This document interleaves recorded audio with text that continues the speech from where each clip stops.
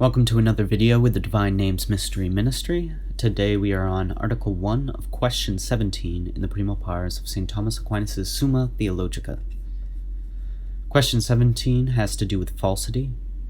In Article 1 asks whether falsity exists in things. Objection 1. It appears that falsity does not exist in things. For Augustine says, "If the true is that which is, it will be concluded that the false exists nowhere, whatever reason may appear to the contrary." Reply to Objection 1.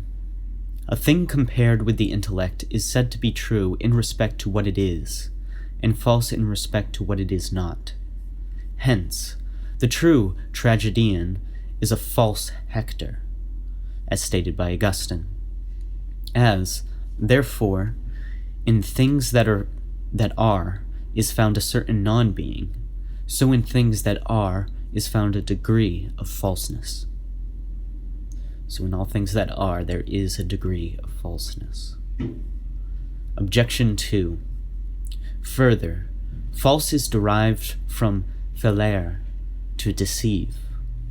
But things do not deceive, for as Augustine says, they show nothing but their own species. Therefore, the false is not found in things. Reply to Objection 2. Things do not deceive by their own nature, but by accident, for they give occasion to falsity. But the likeness they bear to things, which they actually are not.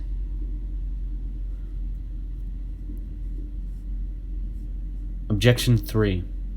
Further, the true is said to exist in things by conformity to the divine intellect, as stated above in Article 16. But everything, insofar as it exists, imitates God.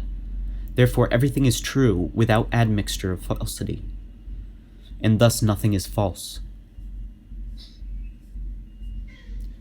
Reply to Objection 3. Things are said to be false, not as compared with the divine intellect, in which case they would be false simply, but as compared with our intellect, and thus they are false only relatively. To the argument which is urged on the contrary, likeness or defective representation does not involve the idea of falsity, except insofar as it gives occasion to false opinion. Hence, a thing is not always said to be false because it resembles another thing, but only when the resemblance is such as naturally to produce a false opinion, not in any one case, but in the majority of instances. On the contrary, Augustine says, "Every body is a true body and a false unity, for it imitates unity without being unity. But everything imitates the divine unity, yet falls short of it. Therefore, in all things falsity exists." I answer that, since true and false are opposed, and since opposites stand in relation to the same thing, we must needs seek falsity, where primarily we find truth, that is to say, in the intellect. Now, in things, neither truth nor falsity exists, except in relation to the intellect.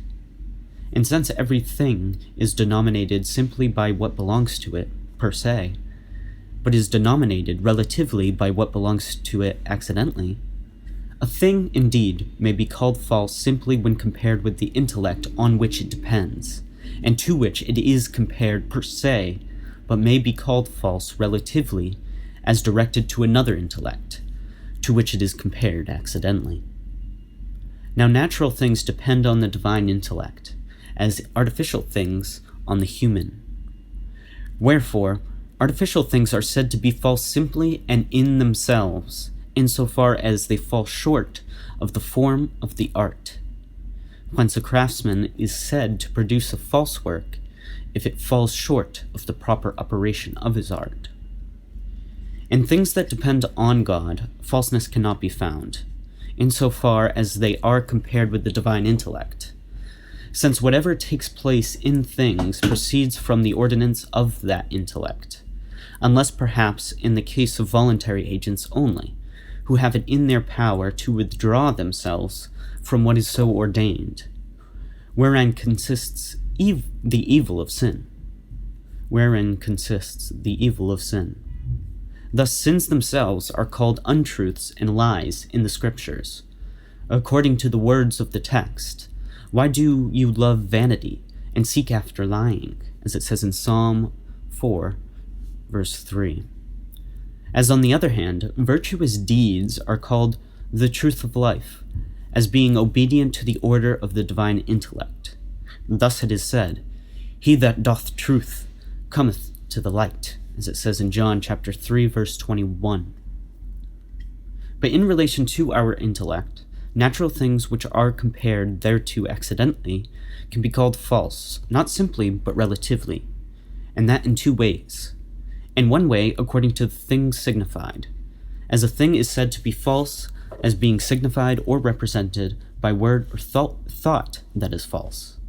In this respect, anything can be said to be false as regards any quality not possessed by it, as if we should say that a diameter is a false commensurable thing, as the philosopher says in his Metaphysics. So too, Augustine says, the true tragedian is a false Hector, even as, on the contrary, anything can be called true in regard to that which is becoming to it. In another way, a thing can be called false by way of cause, and thus the thing is said to be false that naturally begets a false opinion. And whereas it is innate in us to judge things by external appearances, since our knowledge takes its rise from sense, which principally and naturally deals with external accidents, therefore those external accidents, which report things other than themselves, are said to be false with respect to those things.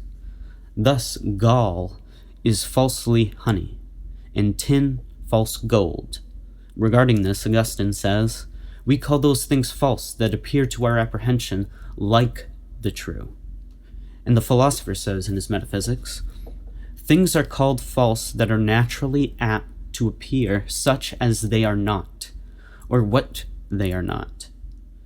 In this way, a man is called false as delighting in false opinions or words, and not because he can invent them.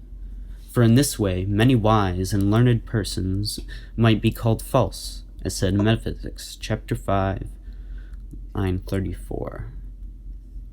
So that is Article 1 of question 17 in the Prima Pars of St. Thomas Aquinas' Summa Theologica. Thanks for watching. Be sure to like and subscribe to our channel. Thank you.